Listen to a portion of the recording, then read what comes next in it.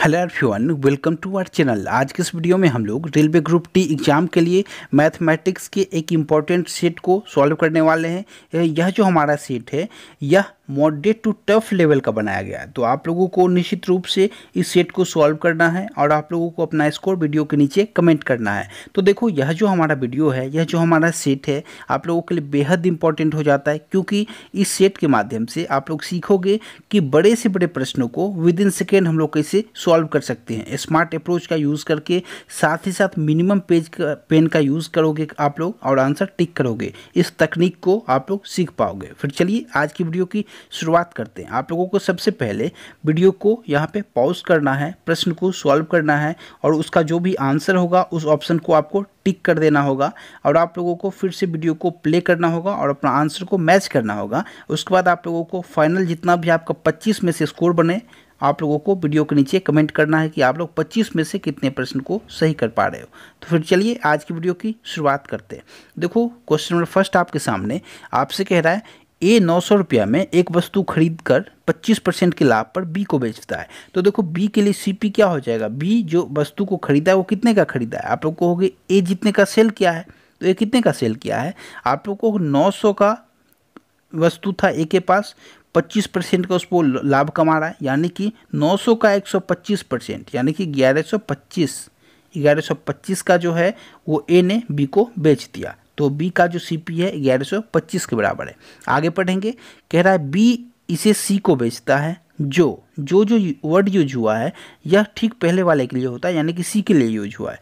जो यानी कि सी इसे 10% की हानि पर 1350 का बेचता है। तो देखो, सी जो वस्तु है सी के लिए वो 90% का जो वैल्यू है वो 1350 के बराबर है, क्योंकि 10% का लॉस हो रहा है। तो आप लोग कहोगे सी के लिए जो सीपी होगा वो कितना होगा? 100% का होगा।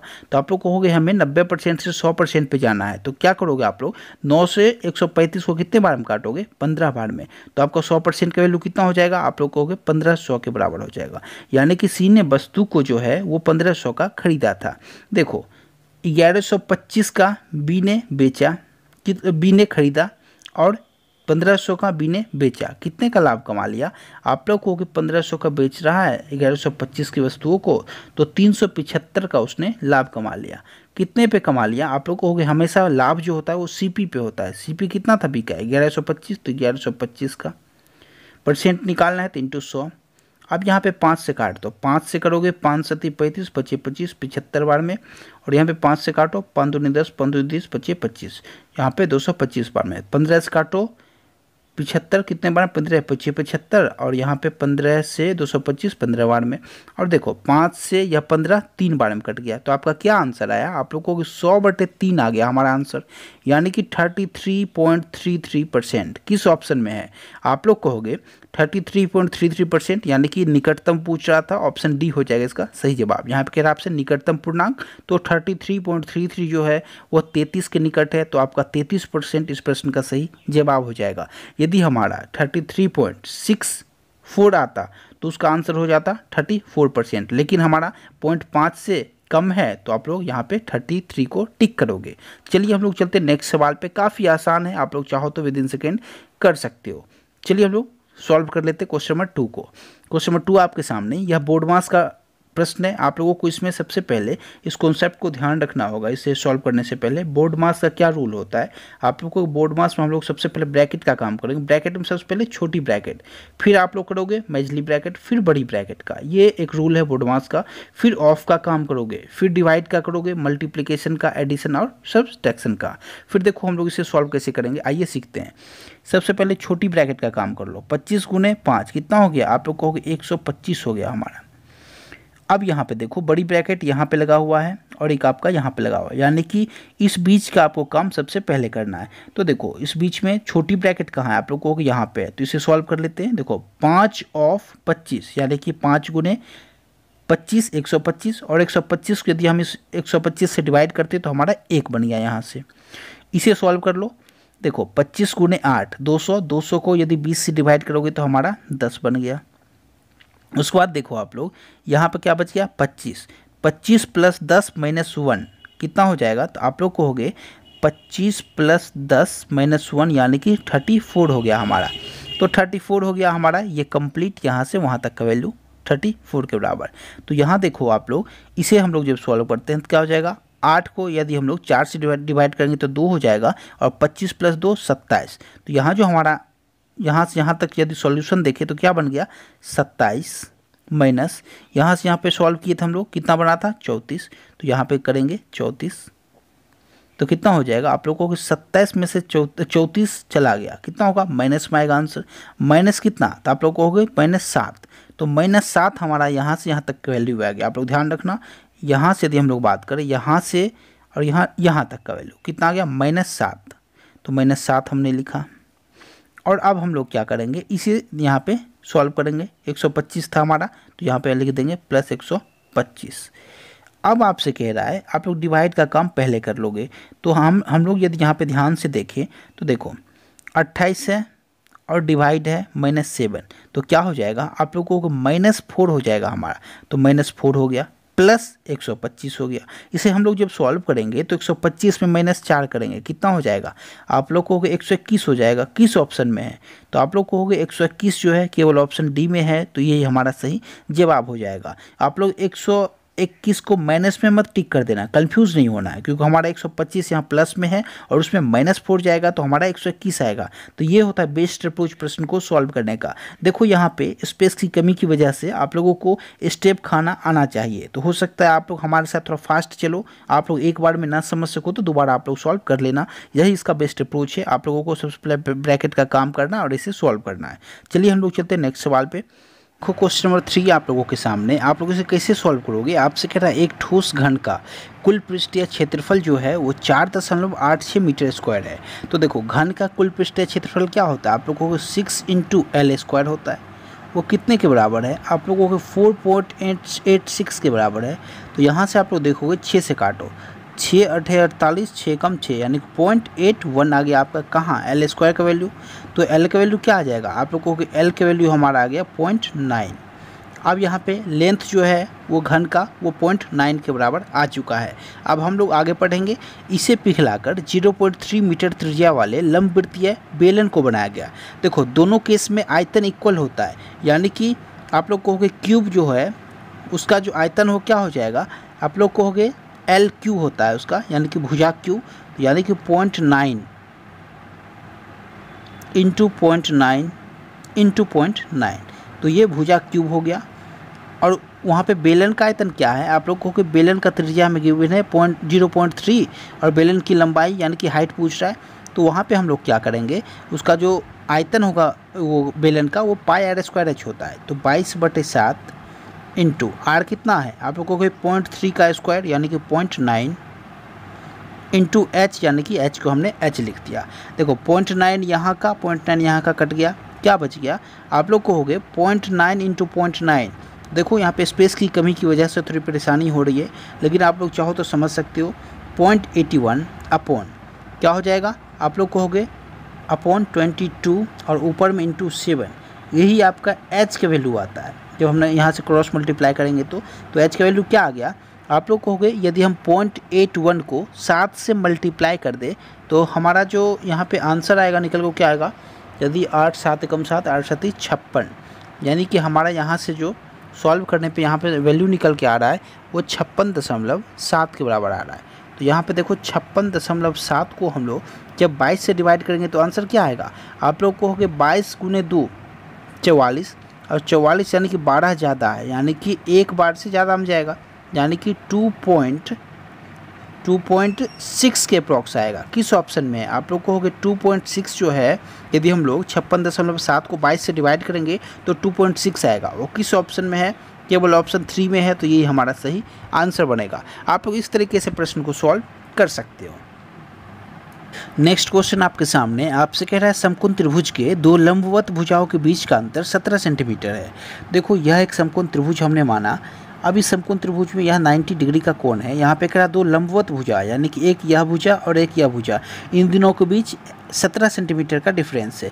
हमने इसे x माना, तो हमेशा हमें बेस x - 17 को मानना होगा, या फिर x + 17 को भी मान सकते हो। दोनों का डिफरेंस 17 का हमें यहाँ पे फाइंड करना है। तो देखो यहाँ पे आप लोग जानते होंगे परपेंडिकुलर जब भी हमारा हो उसके सामने हाइपोटेनस होता है, यह हमारा हाइपोटेनस है।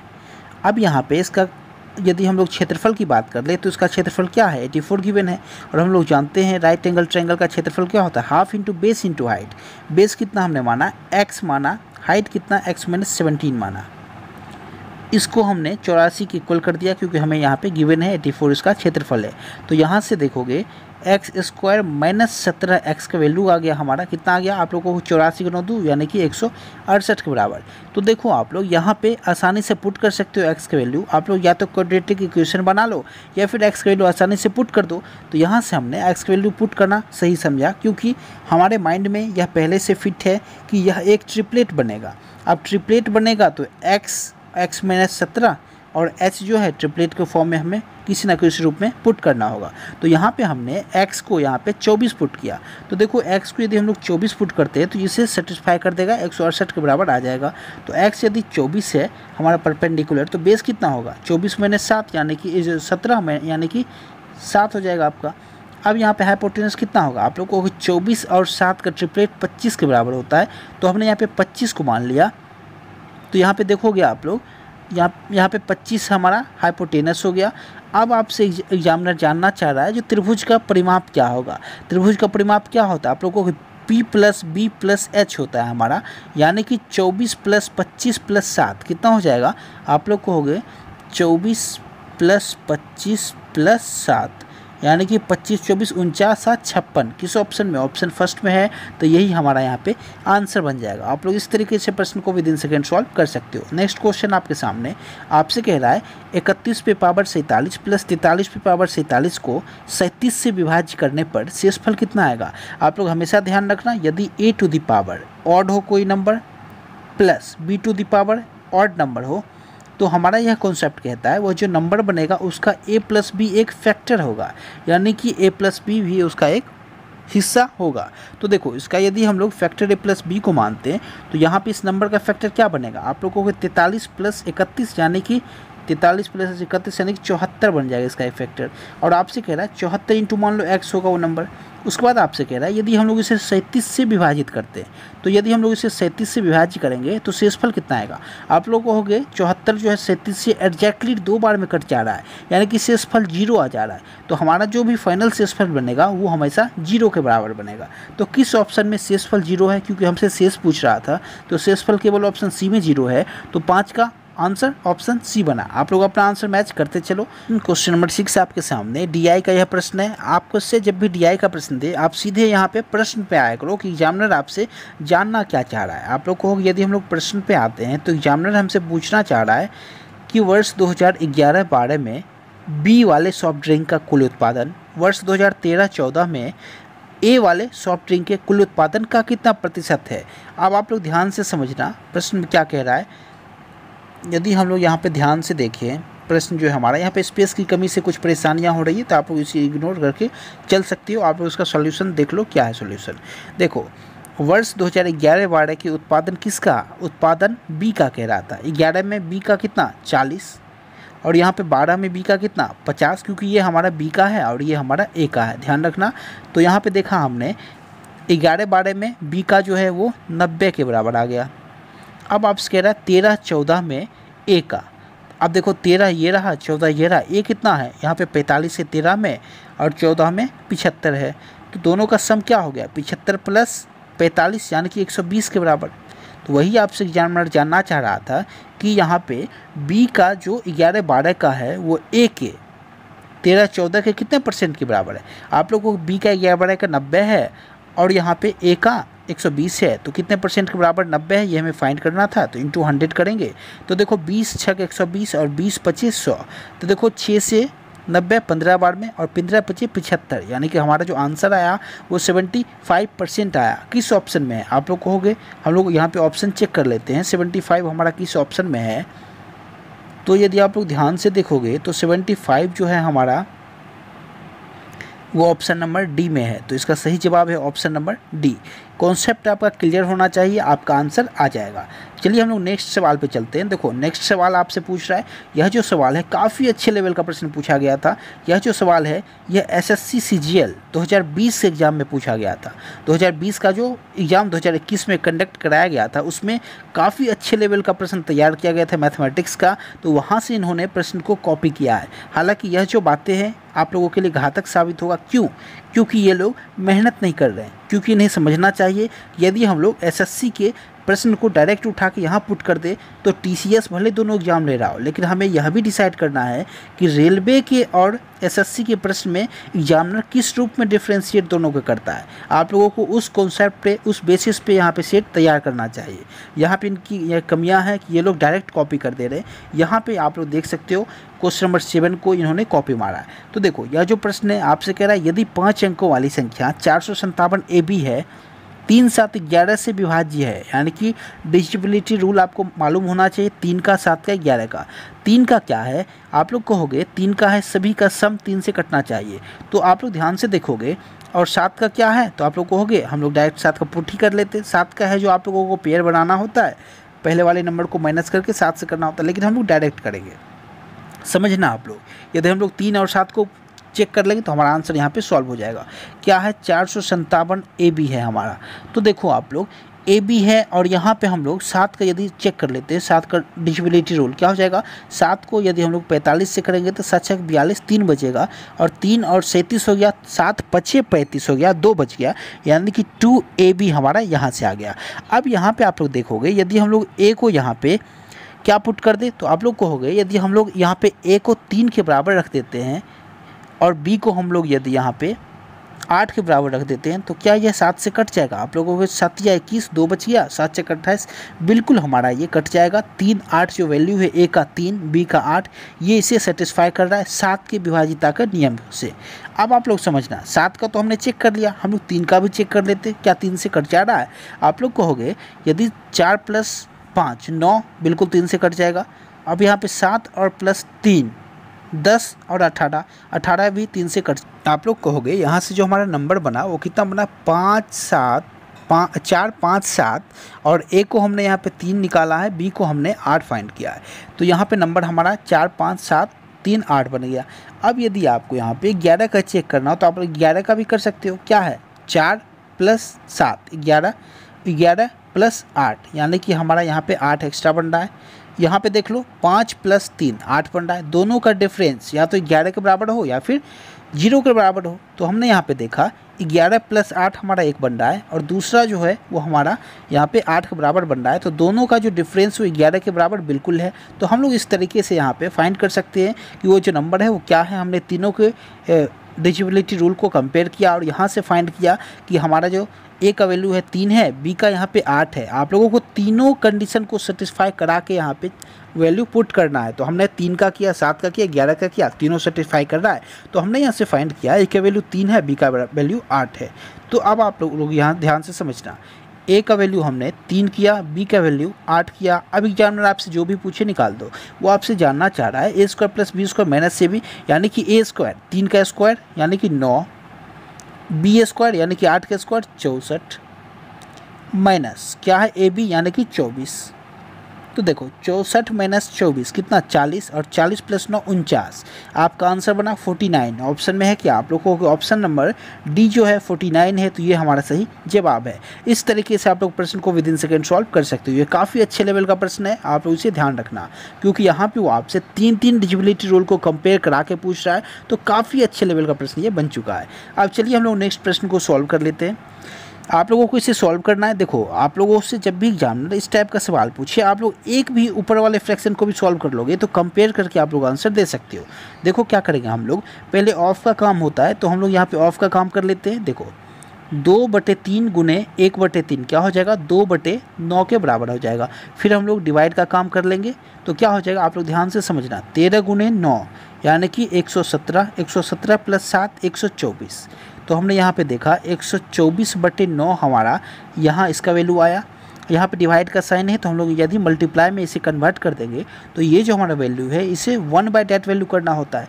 तो आप लोग कहोगे 9/3 हो गया, 9/2 हो गया हमारा यहाँ से।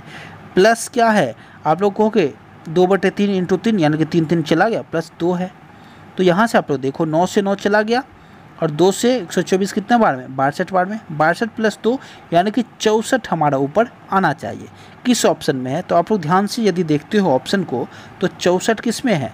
आप लोग कहोगे 64 का जो फैक्टर केवल यहाँ पे 32 है, बाकी ना तो 33 64 से जा रहा है, ना ही 40 जा रहा है, ना ही 31 से 64 जा रहा है। तो हमारा जो यहाँ से आंसर बना वो 64 ऊपर होना चाहिए। किस में है? केवल ऑप्शन ए में है। तो हम लोगों को नीचे कभी भी सॉल्व नहीं करना होता है, आप लोगों को बेस्ट अप्रोच का यूज़ करना है और इसे सॉल्व करना है। इसका आंसर बनेगा आपका ऑप्शन नंबर ए।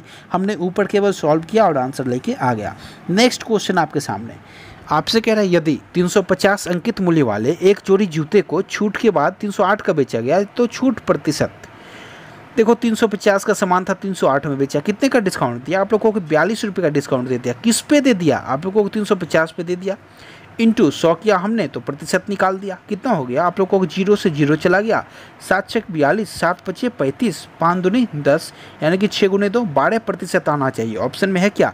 आप लोगों को 12% केवल ऑप्शन सी में है, तो यही हमारा यहाँ पे आंसर बन गया। चलिए हम लोग नेक्स्ट प्रश्न को सॉल्व कर लेते हैं। फटाफट आप लोग क्या करो, देखो आपसे एग्जामिनर कह रहा है एक वस्तु को 3150 में बेचने पर किसी दुकानदार को 5% का लाभ होता है, तो 8% लाभ प्राप्त करने के लिए उस वस्तु को कितने का बेचना चाहिए? देखो 5% का लाभ होता है यानी कि 105% का वैल्यू हमें 3150 गिवन है। 105% का वैल्यू हमें 3150 गिवन है, तो हमने 105 को 3150 के बराबर कर दिया और पूछ आ रहा है 108 यानी कि 8% का लाभ यानी कि 108 का मान हमसे वो पूछ रहा है। तो अब आपका प्रश्न जो है वो तैयार है। कैसे सॉल्व करोगे इसे? देखो यदि हम लोग 105 गुने 3 कर ले तो 315 यानी कि 30 हमारा ऊपर आ गया। तो आंसर क्या बना? 30 गुने 108 यानी कि 108 गुने 3 यानी कि 308 24, 324 और गुने 10 यानी कि 3240 बनना चाहिए। किस ऑप्शन में है?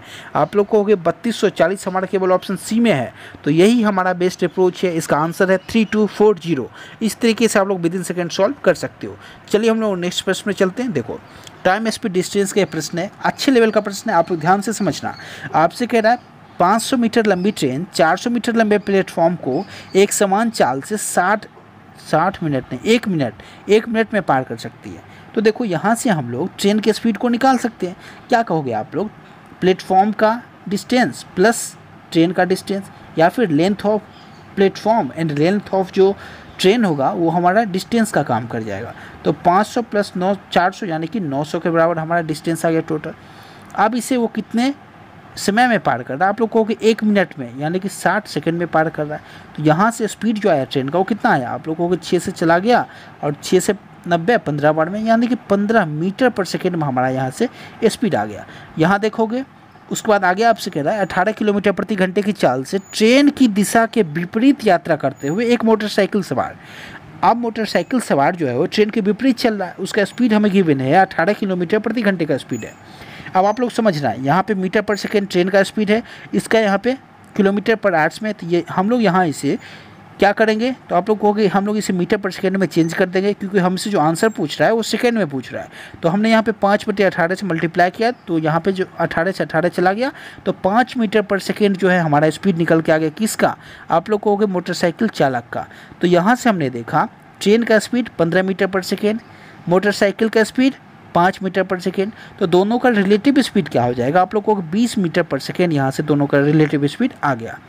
अब एग्जामिनर आपसे जानना चाह रहा है जो मोटरसाइकिल सवार जो व्यक्ति है उसे ट्रेन को पार कर रहा है तो कितने सेकेंड में पार करेगा? अब आप लोग समझना, रिलेटिव स्पीड 20 का निकला। अब यहाँ पे मोटरसाइकिल चालक यदि ट्रेन को पार करेगा तो लेंथ क्या किसका हम लोग लेंगे? केवल ट्रेन का लेंगे, क्योंकि मोटरसाइकिल हो पोल हो इन लोगों का, व्यक्ति हो इन लोगों का हम लेंथ काउंट नहीं करते, तो केवल हम लोग ट्रेन का लेंथ यहाँ पे काउंट करेंगे। तो आप लोग ध्यान से समझना, ट्रेन का जो लेंथ है कितना है? आप लोगों को 500 मीटर, यानी कि 500 मीटर को वो किस स्पीड से पार कर रहा है? आप लोगों को रिलेटिव स्पीड हमने फाइंड किया 20 मीटर पर सेकेंड का, तो 20 मीटर पर सेकेंड कितने बार में जा रहा है? आप लोगों को 25 बार में जा रहा है, यानी कि हमारा जो समय आया वो 25 सेकेंड का आया, क्योंकि स्पीड हमारा यहाँ पे मीटर पर सेकेंड में गिवन था और यहाँ पे डिस्टेंस मीटर में गिवन था, तो मीटर कट गया आपका सेकेंड में आ गया टाइम, यानी कि 25 सेकेंड आ गया। किस ऑप्शन में? ऑप्शन फर्स्ट में है, तो यही हमारा राइट आंसर बना। आप लोग इस तरीके से प्रश्न को सेकेंडों में सॉल्व कर सकते हो। नेक्स्ट क्वेश्चन आपके सामने देखो, यह भी प्रश्न है आप लोगों के सामने, इसे कैसे सॉल्व करोगे? समबाहु त्रिभुज का क्षेत्रफल 10.24 √3 मीटर स्क्वायर है। परिमाप पूछ रहा है। देखो यदि हम लोग समबाहु त्रिभुज का क्षेत्रफल देखें क्या होता है, कहोगे √3/4 गुने भुजा स्क्वायर होता है हमारा, वो कितने के बराबर है, कहोगे 10.24 इंटू √3 के बराबर है। देखो √3 से √3 हमारा चला गया। अब यहाँ पे क्या करोगे, इस 4 को मल्टीप्लाई कर दो, क्रॉस मल्टीप्लाई, यानी कि 10.24 इंटू 4 का हम लोग यदि रूट कर देते हैं तो हम लोग यहाँ पे a का वैल्यू फाइंड कर लेंगे। क्या हो जाएगा रूट, आप लोग कहोगे यहाँ पे 2 जीरो हटाओ तो यहाँ पे 100 हो गया आपका। यहाँ पे 32 का स्क्वायर 1024 है और यहाँ पे 10 का स्क्वायर 100 है, यानी कि यहाँ पे यदि हम लोग इसे सॉल्व करते तो क्या आ गया, आप लोग कहोगे 32 आ गया बटे 10 आ गया गुने 2 आ गया, क्योंकि 4 का भी तो उसका रूट लेना है। 2 आ गया तो 2 से 5 कितने, 10 कितने बार में, 5 बार में। क्या आंसर आना चाहिए, आप लोग कहोगे हमारा आंसर 32/5 आना चाहिए। तो 32/5 a का वैल्यू। लेकिन एग्जामिनर आपसे पूछना क्या चाह रहा है, आप लोग कहोगे वो एग्जामिनर हमसे जानना चाह रहा है किसका वैल्यू, आप लोग कहोगे परिमाप का वैल्यू, यानी कि 3a होता है आपका समबाहु त्रिभुज का परिमाप। 3 गुने भुजा, भुजा हमने 32 गुने 5 निकाला तो इंटू 3 कर देंगे, हमारा आंसर तैयार है। आप लोग को 32 गुने 3 कितना होता है, यानी कि 96/5 हमारा आंसर आ गया। 96/5 यानी कि इसे हम लोग जब सॉल्व करेंगे तो 96/5 यदि करते हैं तो 5 से काटो, 5 से कम 5, 45, 19 पॉइंट समथिंग आ रहा है। किस ऑप्शन में है, आप लोगों को केवल ऑप्शन डी में है, तो यही हमारा यहाँ से राइट आंसर बन गया। आप लोग इस तरीके से सॉल्व विद इन सेकेंड कर सकते हो। देखो यहाँ पे स्पेस की कमी की वजह से आप लोगों को थोड़ा बहुत परेशानी हो सकता है, लेकिन आप लोग यदि प्रश्न पे कंसंट्रेट करोगे तो आसानी से यहाँ पे प्रश्न को सॉल्व कर सकते हो। देखो नेक्स्ट जो सवाल है वो आपसे किस रूप में एग्जामिनर पूछ रहा है, 9 सेंटीमीटर त्रिज्या वाले वृत्त का केंद्र O है, M वृत्त के बाहर बिंदु है और MN की वृत्त की स्पर्श रेखा है।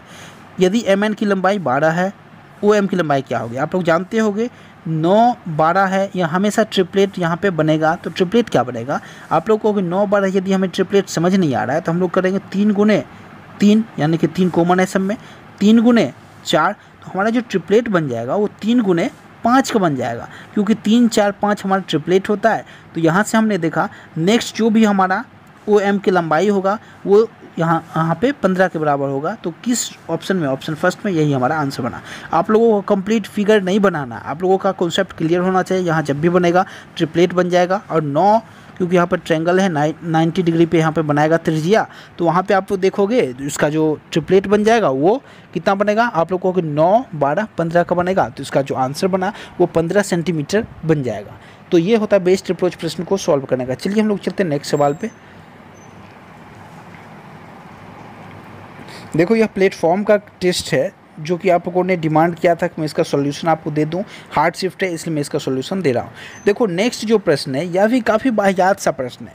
आप लोगों से कैलकुलेशन चाह रहा है। आप लोग जब कैलकुलेशन करने जाओगे तो समय लगेगा, लेकिन इस टाइप के प्रश्न में आप लोगों के पास दूसरा विकल्प नहीं रह जाता है। आप लोग केवल स्टेप खा के अपना स्पीड बढ़ा सकते हो। देखो ए का जो वैल्यू है क्या हो जाएगा, आप लोग कहोगे इसका हम लोग परमेयकरण करेंगे। परमेयकरण जब करेंगे तो यहाँ पे माइनस में वैल्यू है, √5 - 2 है, तो अपोजिट साइन से ऊपर नीचे मल्टीप्लाई करना होता है परमेयकरण में। तो √5 + 2 से ऊपर नीचे मल्टीप्लाई करेंगे तो नीचे क्या बनेगा, आप लोगों को नीचे बन जाएगा a + b × a - b।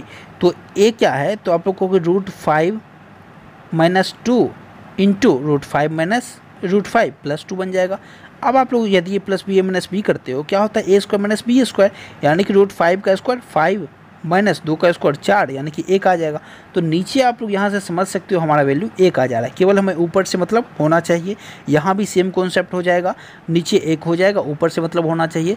ऊपर यहाँ पे √5 + 2 का होल स्क्वायर बन रहा है, यहाँ √5 - 2 का होल स्क्वायर बन रहा है। तो यहाँ पे आप लोग देखोगे a का जो हमारा वैल्यू आ रहा है निकल के कितना आ रहा है, आप लोग कहोगे 5 + 4 यानी कि 9 + 2ab यानी कि 4√5। b का वैल्यू कितना आ रहा है, आप लोग कहोगे b का जो हमारा वैल्यू आ रहा है वो यहाँ पे देखो √5 - 2 का होल स्क्वायर हो जाएगा, यानी कि सेम रहेगा, बीच में केवल माइनस का साइन आ जाएगा। तो आप लोगों को इतना लिखना नहीं है, आप लोग डायरेक्ट ये चीज़ लिख सकते हो b को। ये होता है बेस्ट अप्रोच। अब आपसे जो भी एग्जामिनर पूछे क्या जानना चाह रहा है, आप लोग कहोगे यहाँ पे 2a² + 2b² - 5 भी जानना चाह रहा है। तो हम लोग यदि 2 को कॉमन लेते हैं तो क्या हो जाएगा, a² + b² - 5ab। यहाँ पे देखो a² + b² क्या फार्मूला होता है, आप लोग को 2 × a + b का होल स्क्वायर माइनस 2ab, इसे भी 2 से मल्टीप्लाई करना है सभी को, माइनस 5ab है। तो इसे आप लोग जब यहाँ पे सॉल्व करते हो तो क्या आ जाएगा आपका फाइनल स्टेप, आप लोग कहोगे इसे हम लोग यदि यहाँ पे सॉल्व करते हैं तो हमारा जो स्टेप आएगा यहाँ पे 2 इंटू a प्लस बी का होल स्क्वायर। तो a प्लस बी क्या हो जाएगा, आप लोग कहोगे यदि हम लोग इन दोनों को जोड़ते हैं तो a प्लस बी आएगा निकल के, क्या आ जाएगा, माइनस माइनस वाला तो कट जाएगा, प्लस माइनस वाला, यानी कि 18 आ जाएगा। तो 18 का स्क्वायर कितना, 324, माइनस क्या हो जाएगा 2 इंटू 2ab यानी कि 4ab, और यहाँ पे माइनस 4ab पहले से, माइनस 5ab पहले से है और माइनस 4ab हमने यहाँ पे फाइंड किया, तो माइनस 9ab। आपको स्टेप खाने आना चाहिए। तो यहाँ पे देखो आप लोग कहोगे 648 माइनस 9ab, तो ab का मान क्या हो जाएगा, आप लोगों को दोनों को मल्टीप्लाई करेंगे तो a plus B into a minus B यानी कि a square minus B square. अब यहाँ देखो 9 का स्क्वायर 81 माइनस इसका स्क्वायर करोगे तो 80 यानी कि 1 आ जाएगा। तो यहाँ जो आंसर बना हमारा 648 माइनस 9 इंटू 1 यानी कि 9 बना, तो आंसर बना 639। किस ऑप्शन में है, आप लोग होगे 639 ऑप्शन बी में है, तो यही इसका सही जवाब है। देखो यह जो मैंने अभी आपसे शेयर किया इसका कॉन्सेप्ट, यही एक तरीका है प्रश्न को सॉल्व करने का। आप लोगों को इतना करना ही पड़ेगा, आप लोग केवल स्टेप को खा सकते हो कि हम लोगों को कंप्लीट लिखना नहीं है, डायरेक्ट ए बी का मान पुट करना है। और मैंने जो यहाँ पे आपको भी समझाया है, ए स्क्वायर प्लस बी स्क्वायर कर दोगे, ए प्लस बी को होल स्क्वायर माइनस 2ab कर दोगे, फिर 2 से मल्टीप्लाई कर दोगे, ये सब आप लोगों को डायरेक्ट वहाँ लिख देना है एक लाइन में। तो इस तरीके से आप लोग कर सकते हो, यहाँ मुझे आपको समझाना है इसलिए यहाँ पे मैं आपको एक एक चीज़ लिख के बता रहा हूँ। नेक्स्ट क्वेश्चन आपके सामने आपसे कह रहा है एक सीधा ऊर्ध्वाधर पोल चक्रवात में इस तरह टूटा कि उसका शीर्ष पोल के निचले भाग से 6.5 मीटर की दूरी पर जमीन को छूता है। अब देखो यहाँ से यदि ये टूट के मान लो यहाँ से टूटा और यहाँ पे ज़मीन को छू रहा है, कितने में 6.3 की दूरी पे। अब यहाँ पे आप लोगों को ध्यान से समझना है, क्षैतिज जो है 30 डिग्री का कोण, यहाँ पे 30 डिग्री हमें गिवन है। तो आप लोग जानते हो क्या होता है कॉन्सेप्ट हमारा, tan 30 का मान क्या कहोगे, आप लोग कहोगे 1/√3 का वैल्यू कितना गिवन है, आप लोग कहोगे 6√3 के बराबर हमने यहाँ पे पुट किया। तो आप लोग यदि ध्यान से देखते हो तो क्या हो जाएगा, 1 यूनिट का वैल्यू हमारा 6 गुने √3 यानी कि 18, तो 1 यूनिट का वैल्यू हमारा 18 आ गया। वही हमसे एग्जामिनर जानना चाह रहा था जो हाइट कितना होगा, हाइट क्या होगा, आप लोगों को 1√3 होता है तो 1 यूनिट का वैल्यू हमारा 18 आ जाएगा, यही हमारा आंसर बन जाएगा। यदि आपसे बेस पूछ जाओ होता तो 18√3 हो जाता। ये होता बेस्ट अप्रोच प्रश्न को सॉल्व करने का। हमसे पूछ रहा है हाइट, तो हमारा आंसर बनेगा 18। किस ऑप्शन में है, आप लोगों को ऑप्शन बी में है। देखो ये जो है आपका हाइट एंड डिस्टेंस का बेसिक सा प्रश्न है, आप लोगों को इसे सॉल्व करने आना चाहिए। नेक्स्ट क्वेश्चन आपके सामने टाइम एंड वर्क का प्रश्न है। ए बी क्रम से 80 और 96 दिनों में करते हैं। ए को लग गया यहाँ पे 80 दिन, बी को लग गया आपका 96 दिन। नेक्स्ट है उन्होंने सी की मदद से 32 दिनों में काम किया। उन्होंने मतलब कौन, ए बी मिल गया किससे, सी से, तब समय कितना लग गया, 32 दिनों का लग गया। अब आप लोगों को टोटल वर्क हम लोग फाइंड कर लेते हैं। क्या करोगे टोटल वर्क में, यदि हम लोग टोटल वर्क 960 मान लेते हैं, क्योंकि यहाँ पे देखोगे आप लोग 80 है हमारा एक, तो हम लोग 960 मानेंगे। 8 यदि होता तो 96 ही मान लेते। तो देखो 960 आपका टोटल वर्क हो गया। तो ए का एफिशिएंसी कितना का आया, आप लोग कहोगे 12 8 96, 12 का आ गया। बी का कितना का आया, आप लोग कहोगे 10 का आ गया। सी का कितना का आया, तो 32 3 96 यानी कि 30 का आ गया। तो यहाँ से आपने देखा ए प्लस बी प्लस सी का एफिशिएंसी 30 का है, ए और बी का है 12 10 22 का। तो सी का कितना का निकल का आया, आप लोगों को कहोगे सी का एफिशिएंसी 8 का निकल का आया। एग्जामिनर आपसे जानना चाह रहा है जी सी अकेले इस काम को कितने दिनों में पूरा करेगा, काम कितना है, आप लोगों को 960 काम है, इसे सी 8 के एफिशिएंसी से करेगा, कितना समय लगेगा, तो 12 8 96 यानी कि 120 दिन लग जाएगा। किस ऑप्शन में है, आप लोग कहोगे ऑप्शन नंबर सी जो है आपका 120, यही इस प्रश्न का सही जवाब है। इस तरीके से आप लोग प्रश्न को विद इन सेकेंड सॉल्व कर सकते हो। चलिए हम लोग चलते हैं नेक्स्ट सवाल पे। नेक्स्ट क्वेश्चन आपके सामने देखो, काफ़ी लेंदी सा प्रश्न बनाया गया है, आप लोगों को इससे बेसिक से ही करना होगा, क्योंकि यह जो प्रश्न है यहाँ पे मल्टीपल हमारा काम नहीं कर रहा है, तो हम लोग इसे बेसिक से सॉल्व कर लेंगे। देखो एक तार को 169 सेंटीमीटर क्षेत्रफल का वर्ग बनाने के लिए, वर्ग का क्षेत्रफल क्या होता है, आप लोगों को भुजा स्क्वायर होता है, कितने के बराबर, 169 के बराबर। तो भुजा कितने के बराबर, आप लोगों को भुजा 13 सेंटीमीटर के बराबर निकल के आ गया हमारा। तो भुजा ने हमने 13 फाइंड किया। अब आपसे कह रहा है उसी तार को वृत्त बनाने के लिए मोड़ा जाता है। तो देखो वृत्त यदि बनाएगा तो दोनों केस में वर्ग का और वृत्त का जो परिमाप होगा बराबर हो जाएगा। तो वर्ग का परिमाप क्या होगा 4 गुने भुजा यानी कि 4a बराबर वृत्त का परिमाप क्या होता है 2πr। तो यहाँ से अब आप a का वैल्यू यहाँ पे पुट कर दोगे 13 और यहाँ पे r यहाँ से फाइंड कर लोगे। उसके बाद आप लोग क्षेत्रफल निकाल दोगे πr², तो आपका आंसर यहाँ से निकल के आ जाएगा। तो इसका जो सही जवाब बनेगा आपका, आप लोग जब सॉल्व करते हो 215 पॉइंट समथिंग आएगा। तो इसका जो निकटतम मान पूछ रहा है तो 215 इसका सही जवाब हो जाएगा। ऑप्शन नंबर डी 17 का डी राइट आंसर है। आप लोग मैच करते चला करो। नेक्स्ट क्वेश्चन आपके सामने आपसे कह रहा है यदि किसी संख्या को 624 से विभाजित करते हैं तो शेषफल 53 प्राप्त होता है। यदि उसी संख्या को 16 से विभाजित करेंगे तो शेषफल क्या होगा, हम लोग पढ़ चुके हैं। इस टाइप के प्रश्नों में आपको डायरेक्ट 53 यदि पहले प्राप्त हो रहा है और आपको 16 से डिवाइड करना है तो आप लोग 53 को 16 से डायरेक्ट डिवाइड करके यहाँ पे शेषफल क्या कर सकते हो। देखो 16 25 80 तो ज़्यादा हो जा रहा है, 16 तिया 48, 16 तिया 48, तो यहाँ पे कितना बच गया रिमाइंडर, आप लोग को 5 बच गया। 5 ऑप्शन में है, आप लोग को ऑप्शन ए में है, तो यही इसका सही जवाब है। आप लोग इस टाइप के प्रश्नों में डायरेक्ट क्या करते हो 53 को आप लोग 16 से डिवाइड करके यहाँ पे रिमाइंडर ले आते हो। चलिए नेक्स्ट सवाल पे हम लोग चलते हैं। क्वेश्चन नंबर 19 आपके सामने आपसे कह रहा है एक वस्तु पर अंकित मूल्य 1000 रुपया है, ठीक है। 2 क्रमिक छूट के बाद इसे 600 में बेचा गया। यदि पहली छूट 40% हो और यहाँ पे 25% दूसरी छूट हो तो एक्स का मान बताएं। यानी कि पहली छूट कितने परसेंट की आपको बताना है। देखो 1000 का सामान है 600 में बेचा, कितना डिस्काउंट दिया आप लोगों को 400 का डिस्काउंट दिया। किस पे दिया 1000 पे दिया, इंटू 100 करेंगे तो हम लोग यहाँ पे डिस्काउंट परसेंट निकाल लेंगे। 2 जीरो से 2 जीरो गया, यहाँ पे 400 का 1 जीरो गया, यानी कि 40% डिस्काउंट दिया गया है ओवरऑल। देखो 40% हमें ओवरऑल डिस्काउंट दिया गया है। और यहाँ पे आपको गिवन है 2 सक्सेसिव डिस्काउंट है, कितना कितना है x से है और 25 से। हम लोग जानते हैं यहाँ पे 25 और 20 का जो सक्सेसिव होता है वो 40 के बराबर हो जाएगा, क्योंकि यहाँ पर डिस्काउंट दिया जाना है। तो क्या होता है सक्सेसिव डिस्काउंट का फॉर्मूला, आप लोग ध्यान रखना। सक्सेसिव डिस्काउंट का फॉर्मूला होता है a + b माइनस AB/100। यह कई बार एग्जाम में पूछा गया है और यह जो बराबर है टोटल 40% के बराबर है। अब आप लोग यहाँ पे एक को x कर लो या फिर एक को 25 कर लो, यानी कि a को हमने यहाँ पे x पुट किया, b को हमने 25 पुट किया। तो यहाँ पे आसानी से सॉल्व कर लेना। या फिर आप लोगों को मालूम होना चाहिए कि 20 और 25 का सक्सेसिव जो है वो 40 के बराबर होता है, तो हमारा वही आंसर बनेगा। यदि हमें एक डिस्काउंट 25 दिया हो तो दूसरा हमारा 20 हो जाएगा। इसका सही जवाब है option number C. Next question आपके सामने आपसे कह रहा है यदि 2 संख्याएं 4:7 के अनुपात में है और उनके घनों का योग 407 पर 000 है तो बड़ी संख्या क्या होगी। देखो इस टाइप के प्रश्न में आप लोग शॉर्टकट यूज़ कर सकते थे, लेकिन ऑप्शन यहाँ पे सोच समझ के डाला गया है। शॉर्टकट क्या होता है हमारा, जो बड़ी संख्या पूछ रहा है और बड़ी संख्या 7 यूनिट के बराबर है तो 7 का मल्टीपल हमारा यहाँ पे आंसर बनता। लेकिन आप लोग देखोगे 7 का मल्टीपल हर एक ऑप्शन है, तो हम लोग इसे बेसिक से ही सॉल्व करेंगे। 4 का क्यूब यानी कि फर्स्ट संख्या यदि हम लोग 4x माने, सेकेंड को 7x माने, तो फर्स्ट का क्या हो जाएगा क्यूब, आप लोग को 64x क्यूब हो गया फर्स्ट का। दूसरे का क्यूब यानी कि 343x क्यूब।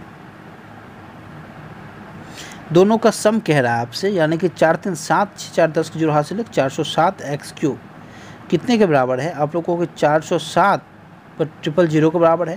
तो यहाँ से हमने देखा x क्यूब की वैल्यू कितना 1000 के बराबर, तो x की वैल्यू 10 के बराबर आ गया।